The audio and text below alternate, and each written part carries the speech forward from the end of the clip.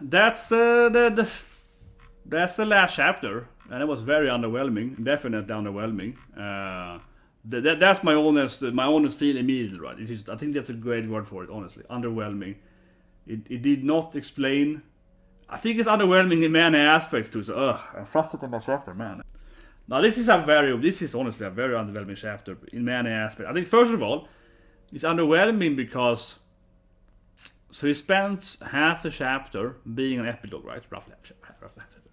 And this ending, I'm just gonna ignore and talk about the wars or whatever, right? What I kind of want to see here, right? Being a romantic guy, right? But you know what I mean? I kind of want to see maybe Armin kissing Annie or something. I don't know, like I'm just like just from that aspect too. I'm just like, oh, this, because honestly, this chapter, it did not resolve any of the romantic plot lines, right? At least Armin and Annie, kept having that. Is he in love with Annie? Does she like Armin? He kept talking, she was like in her diamond shape, right? We saw Bertholdt saving her, kind of thing.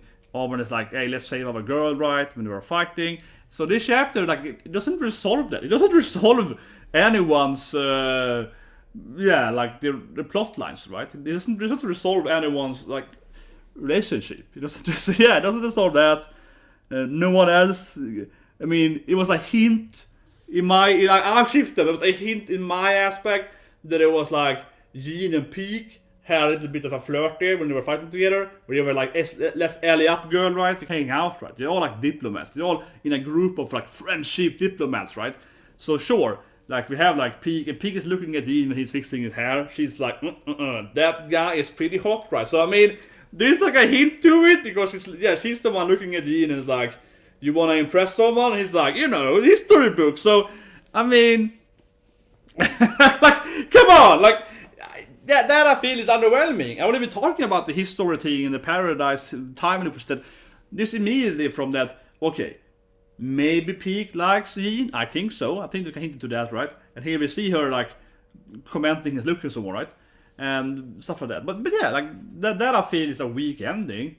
That I feel is underwhelming. That this did not resolve any of the underlying relationships, right? It really didn't. And I'm not saying that everything has to be perfectly explained, but couldn't you at least have some kind of conclusion to someone's romance or love stories or whatever?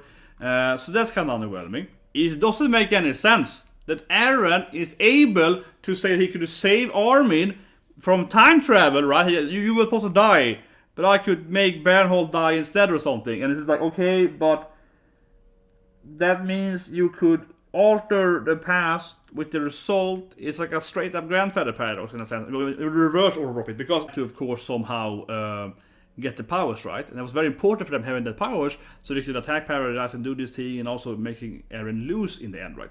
So it's kind of like if Armor didn't have the powers, he wouldn't be able to defeat Aaron, right? And then Aaron couldn't get this ending anyway.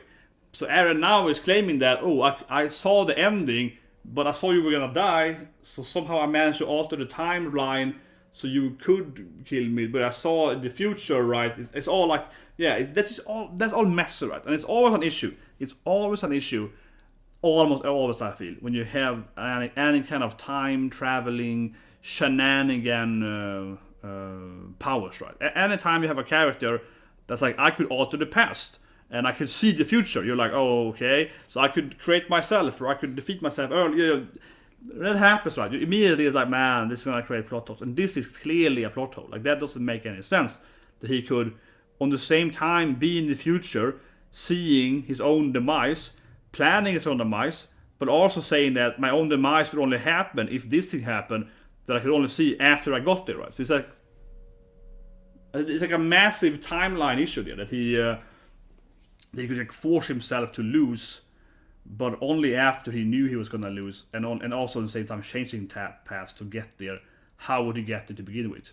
This is like, doesn't make any sense. Like, it really doesn't make any sense, and it's really unnecessary too. I feel that's like pretty bad writing, honestly, because it's like one page basically. Like, I saved your life, just so you know.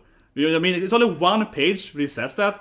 But on the same time, it really creates like it creates like several timeline plot holes. It's like, wow, so you spent one page used to make like our friendship was real, and then it's like, oh, but that also creates massive amount of plot points, plot line issues, and he could have just not said that. And I would still have believed, right, that Armin and Eren were friends, even if Eren didn't suddenly explain that he has altered the timeline so he could survive.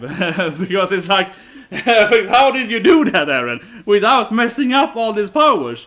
But if Eren could see all this stuff, he also could have maybe altered reality in the past and made her not become the powers. I mean, the general conclusion here is that Eren has removed the powers, right, of all the Titans, which I think everyone expected to happen, right? That's kind of the general conclusion here, that Eren has removed all the powers, right? That's kind of the general conclusion. But if he has goddamn time powers, he can alter paths of other characters. Couldn't he just not give her the powers to begin with? Couldn't he just go back in time and remove her from getting powers immediately? And then also then removing Ymir from the time pass thing, and everyone removing that power, right? Or that destroy the caterpillar immediately in like 2 years ago, then this thing would never happen, right? That could be one way to fix the one. He could also maybe just have somehow gotten this caterpillar out right earlier without having to destroy humanity and so on. And there's so many issues with having this time power.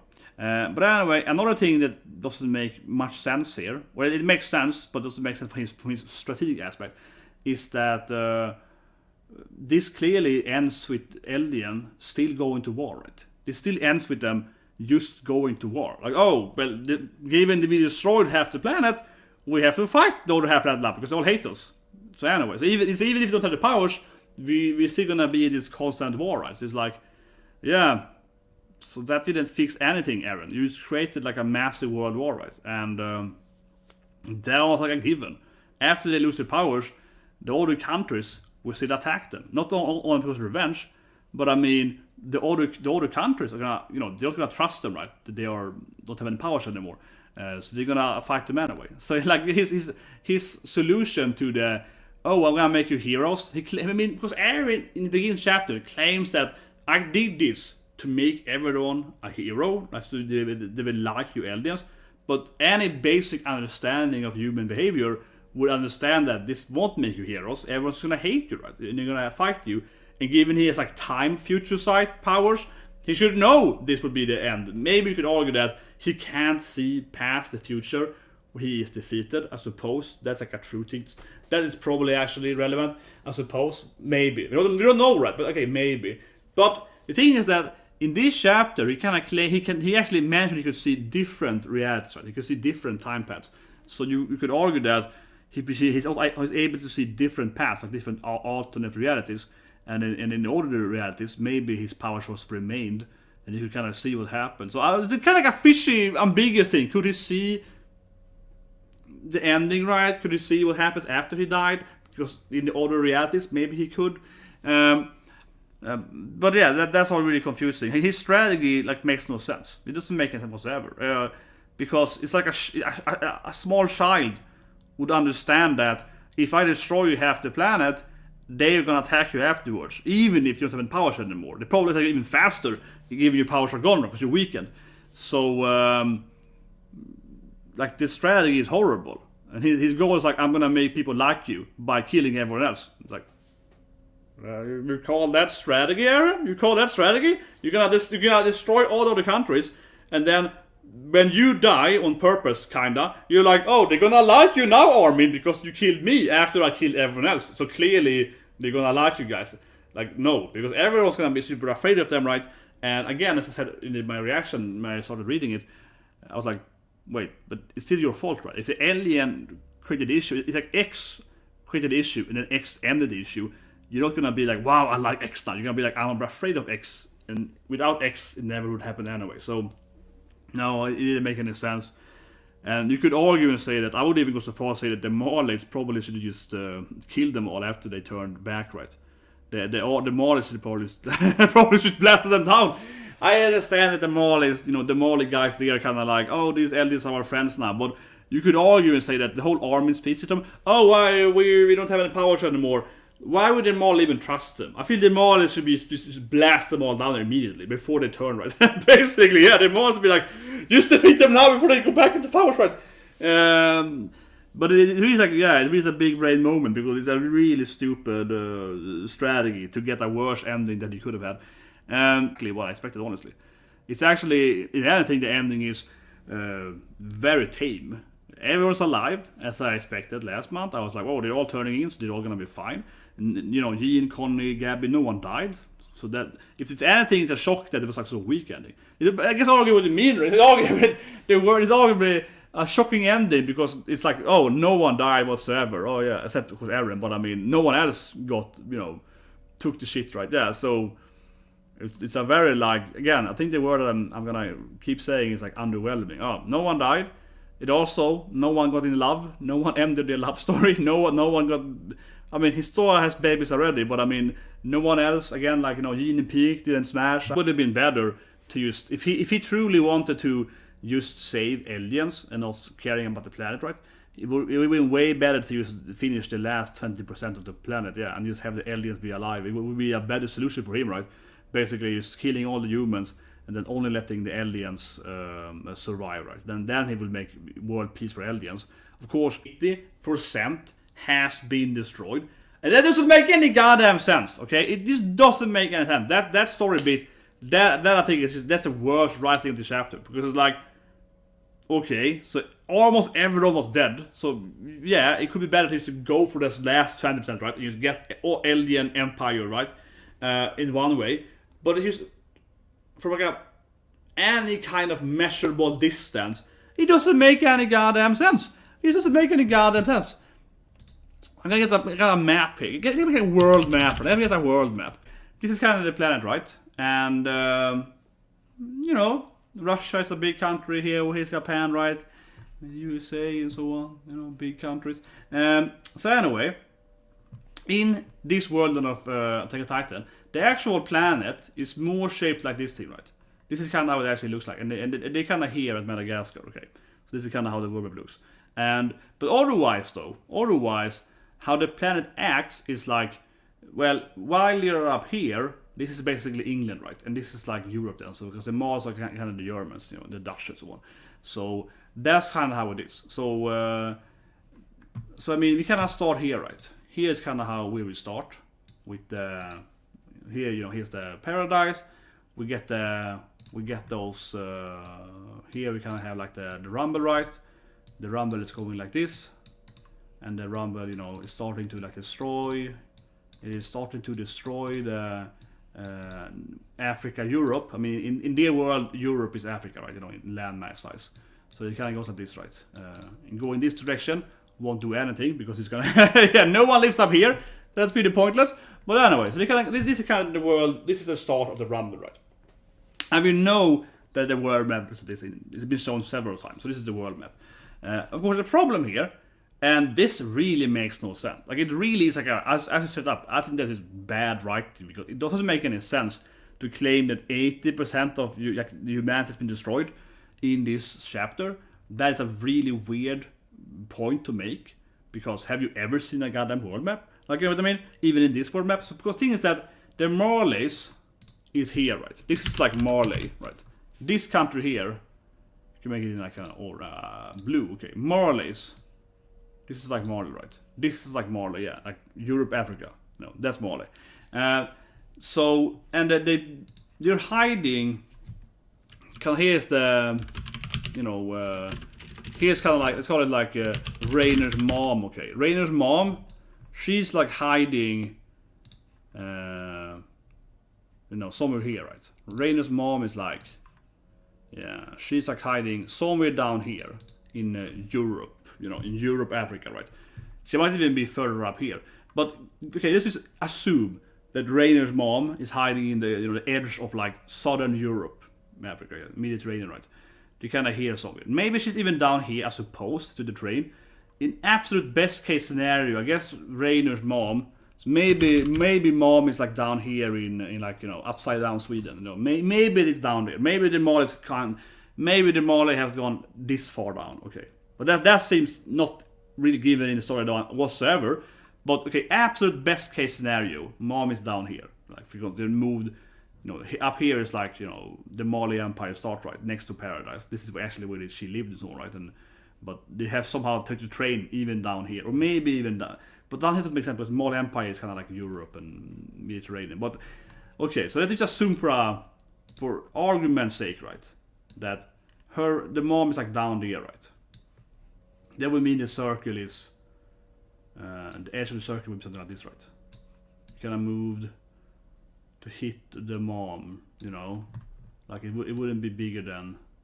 This is like absolute best case scenario, right? Absolute best case scenario. And it's like extremely best case scenario that mom has managed to move to done this, which never is counted as the Mali Empire. But this is kind of like where the world is, and as you can see in this map here, that would leave that would leave the whole of America. Like most of Northern America, or Southern in this case, then right, would be fine, and also like kind of half of like Southern America probably. Like okay, and it would leave half of Russia there. But this is like absolute insanely best case scenario that this train ride it took for like 1 day managed to go down the whole planet, right? It's never been motivated in the storyline that took this far. And it also means that Falk would have to fly here and down there. So nothing this makes any sense. It's like absolute base case scenario that they actually moved that much. But in the storyline, this is never actually motivated that they moved that much, right? It's much more, I would say, that it's kind of more hinted that it's roughly this size, right? It's kind of like this is kind of where we are at, right? In the size, maybe like this big at best. Then this is probably more what the story has explained to us. This is somewhere down here that Reiner's mom is, right? Mom is hiding somewhere down here, right, to survive with the train, because there's no way they had traveled that far in those days. Like this is crazy, and also with the flying and so on, it doesn't make any sense in the time frame. But so it's something like that. That's the second circle. I would say is kind of like where the Rumble should be at, given everything else played in the storyline. So. Okay, of course, I think this second circle here is what makes sense, right? I might be wrong, of course, because this never really explained, but I think this is more or less where we are at, right? And, okay, in this circle, we are barely even touching America, right? We got to Brazil here, we're barely touching America. So basically everyone is fine, slightly destroyed here, but I mean, these people could have moved, right? These people could have moved, I mean? They could have easily have moved this distance. They have like days on them they have like 2-3 days to move, right? So they're probably over here. So they're all fine. Of course, nothing ever hit America at all. So no one in America has been touched in either distance, but especially in this one, they're like a long far away from Circle 2. There's a massive difference. They're all fine. They're perfectly fine over here, right? And well, no one lives to anyway in Greenland, but maybe in this world they do. But no one's fine here. And obviously, if this area kind of cast like that, okay, maybe they go to like India, but they didn't get to China. They didn't get to like upside down Europe, right? Which is kind of Africa in their world. Yeah, you get my point. It's like, well, the second circle is probably how it is, at least how the story has motivated it to be. That would leave basically only destroying, Africa, Europe, right? The Mali Empire. It's like the only thing that has been touched by these two. Because again, we know for a fact in the storyline that the Mali Empire hasn't been destroyed by the Rumbling, because they're still hiding at the corner of the Mali Empire. So, I mean, okay. So how has 80% of humanity been destroyed if they couldn't even destroy Mali Empire? Unless the Mali Empire is like to here somewhere. Yeah, unless he never explained that, but like the Mali Empire is like here, down here somewhere, and Mom is actually hiding down here. But that means she took a train ride from up here somewhere to in 1-2 days. It doesn't make it doesn't make any sense. There's no way the Mali Empire is the whole planet. We already know that there are other countries. We know the Mali Empire is fighting the Kusans kind of here. We know the Mali Empire are fighting this country basically. So the Mali Empire can't even be over here, because this is kind of where they had the engagement in the beginning of the arc, with the Gabi and so on. They're supposed to be somewhere here. So it's like the Mali Empire can't stretch further than here, roughly. And we know they don't have this planet. This shouldn't be, at least given earlier chapters. And obviously, here's Japan and so on. So we know the Mali Empire. And the Mali Empire, at best case, it cannot go past this here. this area, like this kind of blue area at least, because we know that Japan is their own country, or maybe Japan is country, whatever, you know what I mean? Like, we know that basically, yeah, they can't have gone that far at least. So again, right, the circle wouldn't, it probably wouldn't even reach like that far. The Mali Empire is probably something like, with my drawing, a pen, something like this, right? The Mali Empire at best is like this area, right? At best, in this area. So, I mean, at best. But that also would be a really weird empire. I mean, they've conquered like this kind of weird axe and they haven't managed to get over here. But anyway, yeah, it makes zero sense to claim that 80% would have been destroyed. It just doesn't make any sense. Like, it's just comply. Unless no one lives in these other countries. Yeah, I said like no one lives in America. Like this whole continent is like completely uninhabited for some reason. No one lives in America, and no one lives like here. Like no one lives in this whole Europe, Russia area. Basically, half the planet is like completely uninhabited for some reason. But that's really that is not what is motivated in the storyline whatsoever. The whole rumbling thing also can't be this effective because the Titans aren't even that many. And the thing is that, you know, when the Titans are moving, right, they're spreading more and more apart.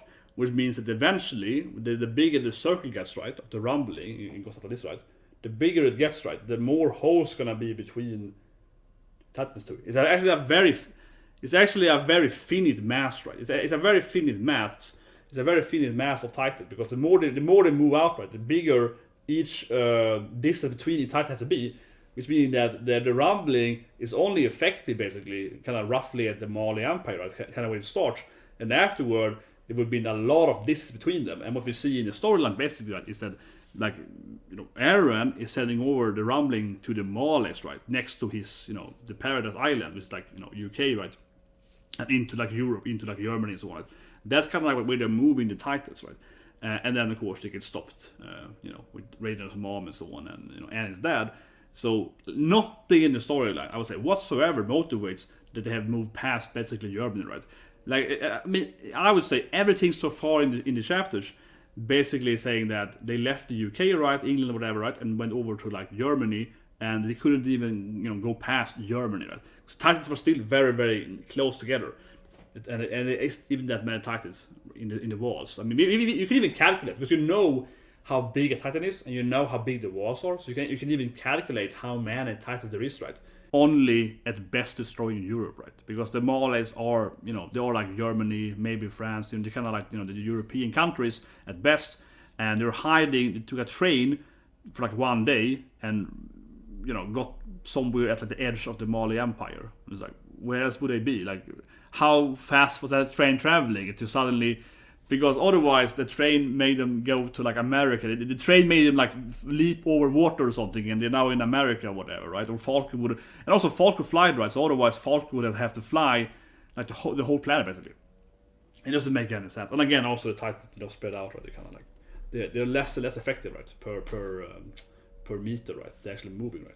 It's just very basic physics. Everyone was living in the Mali Empire. I guess the only argument that logically would make this work is that everyone was living in the Mali Empire, right? So the other countries, while they were bigger, at least by size together, right, and they were all the different places, he only destroyed the Mali Empire, but everyone lived at the Mali Empire. Well, it could also be, I suppose, bad translations. Maybe it's supposed to say 80% of the Mali people died. Like, maybe it's supposed to be like 80% of the Malis got destroyed. I mean, but think about it. He didn't even manage to, you know, kill Annie's dad or Reiner's mom, right? They were living next to Paradise. Those people were living next to Paradise, and they took the train and left, right, and managed to move away for like a day or so from it. So how did he manage to defeat everyone in Japan? They should have known for days. The thing is that the rumble is actually pretty slow, right? The rumble is like, you know, and like, so I was sitting here being like, wait, so people are sending Titans from the UK to Japan. Couldn't you just get on a boat, you know? Like, oh, they're coming, like, in 3 weeks from now, they're gonna reach Japan. You're like, okay, we can probably, you know, leave and go to the next, or maybe defeat them or whatever, right? I think this would make so much more sense if we actually saw any other country fighting them. Yeah, this could have been built up so much better if we saw any other country fighting Titans. If we saw this Kusan guys basically fighting them, right? If we saw the Japanese country fighting titans, you know what I mean? In the American countries fighting titans. If you saw all the other countries also engaging into like naval battle with titans and so on, so then this would be much more believable. It's like, oh yeah, okay, actually they're like trying to reach America and the American Navy is fighting them and so on, right?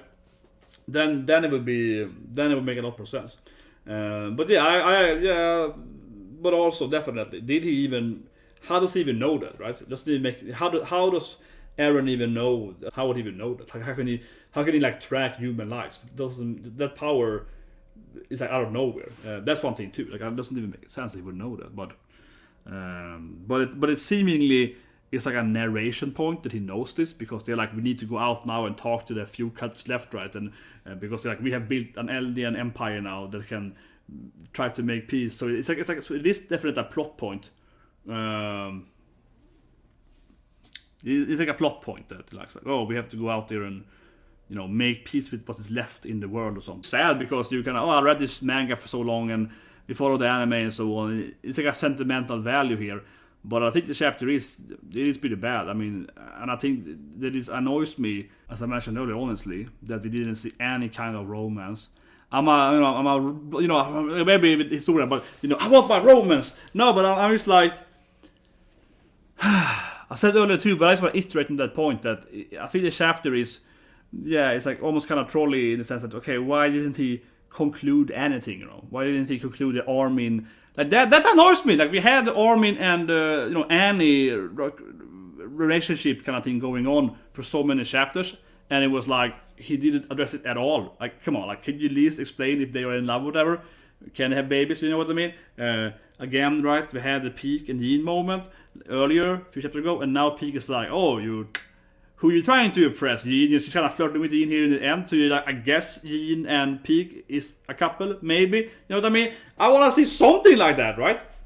It feels strange to me that he's an epilogue, but I won't explain any character's relationship. I won't even do like Connie meeting his mom again, right? Connie's like, my mom is gonna be fine, and we don't get like a Connie meeting his mom. Couldn't it be like one page where Connie get home and he hugs his mom, just like Annie and meets her dad, right? And Reiner hugs his mom, right? So I'm like, why couldn't Connie get meeting his mom again? That could be a scene. So it feels a little weird like that. Like, it feels a lot of like kind of underwhelming epilogue. It's just strange.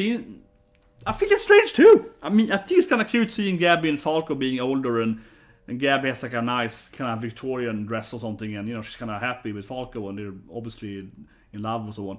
But it's like, why are they taking care of Levi? I don't know. Like, did Levi have better friends than Falco and Gabi? Isn't that kind of strange?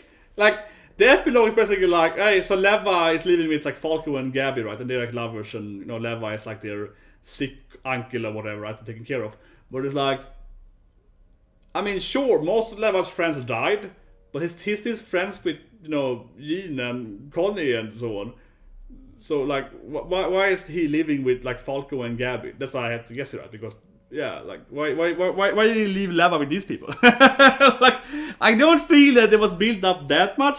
That I don't know. Made everyone turn, right? That was a big issue last chapter. He made everyone turn, and as I guess correctly, then everyone's gonna be alive, right? That's like a weird thing in this chapter, right? Because it's like, it is kind of like it's like almost too good of an ending, but not really, because it's not really addressing like the love stories and so on. So it's like just everyone's alive kind of ending, right?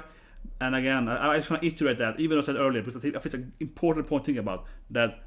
Because he turned everyone into a Titan last chapter, in this chapter, everyone had to survive. Right? It was like, it's just like really, really right into that corner where either everyone has to die, right? Like, super tragic ending. Everyone perished, right?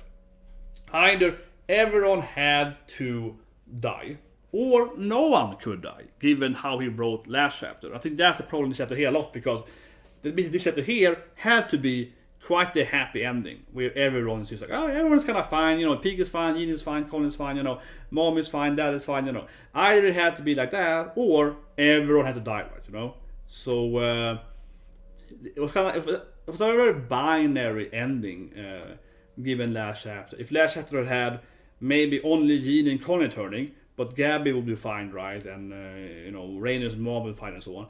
If that had happened, then I could sit here and be a little more, when I, you know, be like, wait, is Jean gonna survive? Is Connie gonna survive? And then he could probably have killed off, you know, Jean or Connie, right? But let, for example, Gabi survive and so on. That could have been kind of the ending, right? But now he forced it to be that either everyone is fine or no one is fine. So, and then he went, of course, for the more the safe route, right, where everyone is fine except Aaron, of course. But I mean, everyone else except Aaron is fine in the end, right?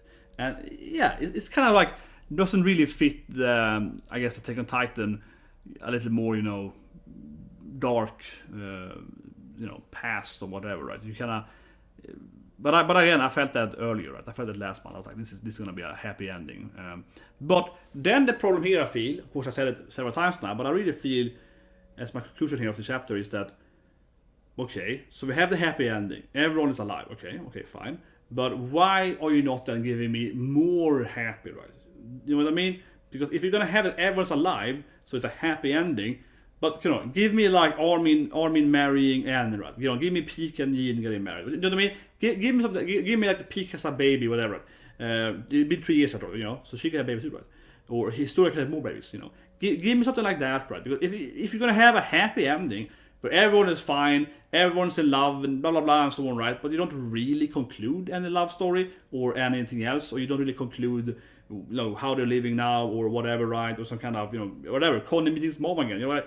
But you like, it's kind of like it's a happy ending, but it's not happy enough. It's just kind of like half-ass happy ending. So yeah, it's happy, but not really happy. So I think that's like, that's a weird ending in that sense, because yeah, you kind of gave us that happy epilogue, except for Mikasa and Eren, but you didn't really give us a happy ending, right? You just kind of half happy ended us.